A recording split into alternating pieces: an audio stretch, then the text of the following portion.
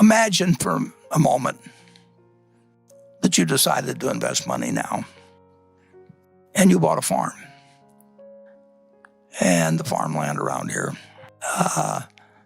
let's say you bought 160 acres, and you bought it at X per share, or per acre.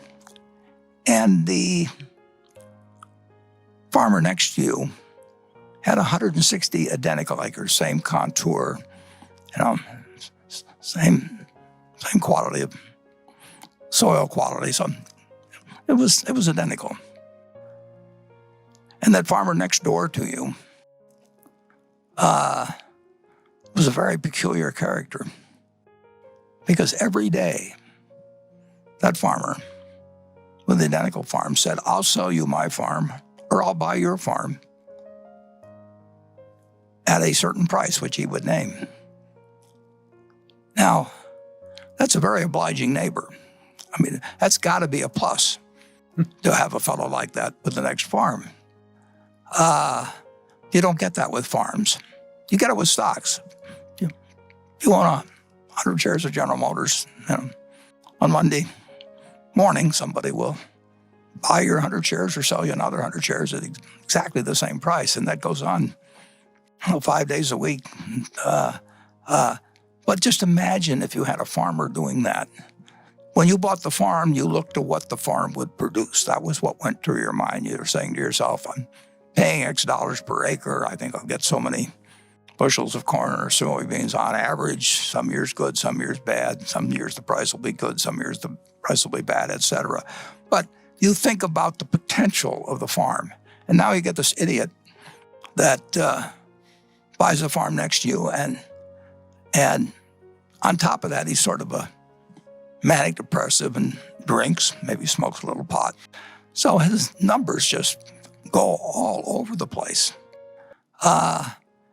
Now, the only thing you have to do is to remember that this guy next door is there to serve you and not to instruct you. You bought the farm because you thought the farm was had the potential. You don't really need a quote on it.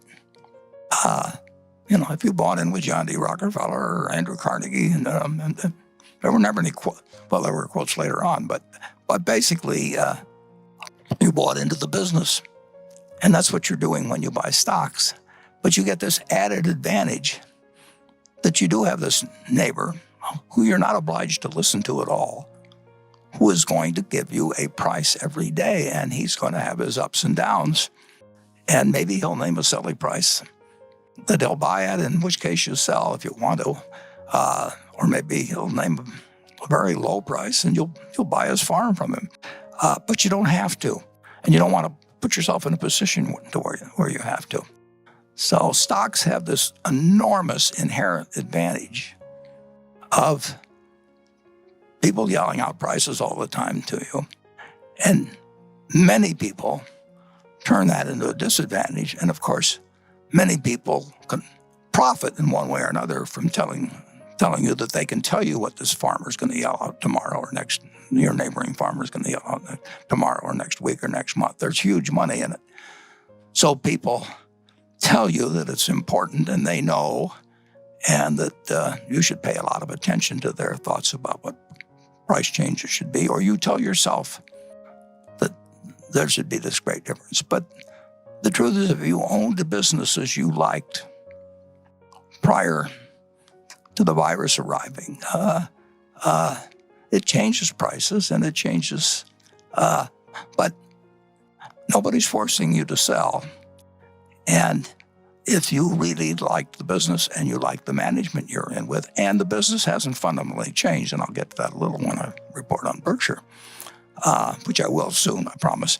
The stocks have an enormous advantage, and you still can bet on America, but you can't bet unless you're willing and have an outlook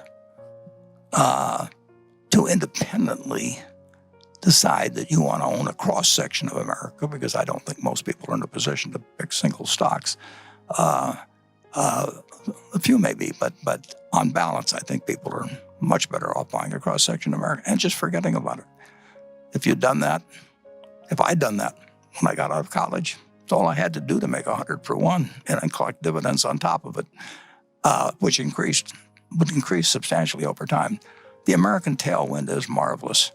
American business represents, and it's going to have interruptions, and you're not going to foresee the interruptions, and you do not want to get yourself in a position where those interruptions can affect you, either because you're leveraged or because you're psychologically unable to handle looking at a bunch of numbers. If you really had a farm and you had this neighbor, and one day he offered you $2,000 an acre, and the next day he offers you $1,200 an acre, and maybe the day after that he offers you $800 an acre, are you really going to feel that at $2,000 an acre, when you had evaluated what the farm would produce, are you going to let this guy drive you into thinking I better sell because his number keeps coming in lower all the time? It's a very, very, very important matter to bring the right psychological approach to owning common stocks. But I will tell you, if you bet on America and sustain that position for decades, you're going to do better than,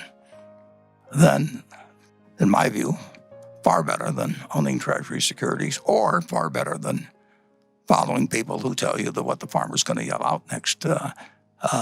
There's huge amounts of money that people pay for advice they really don't need, and for advice where the person giving it can be very well meaning in it and believe their own line. But the truth is that you can't deliver superior results to everybody by just having them trade around a business. If you bought into a business, it's going to deliver what the business produces, and the idea that you can outsmart the person next to you, or that the person advising you can outsmart the person sitting next to you is it's really the wrong approach. So find businesses, get a cross section.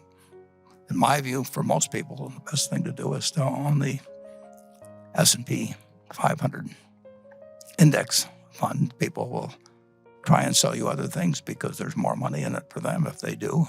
And I'm not saying that that's a conscious act on their part. Most good salespeople believe their own baloney. I mean, that's part of being a good salesperson. And I'm sure I've done plenty of that in my life too, but it's very human. If you keep repeating something often enough, that's why lawyers have the witnesses keep saying things over and over again. That by the time they get on the witness stand, they'll believe it, whether it was true in the first place or not. But you are dealing with something fundamentally advantageous, in my view, in owning common stocks. I will bet on America the rest of my life, and I hope my successors at Berkshire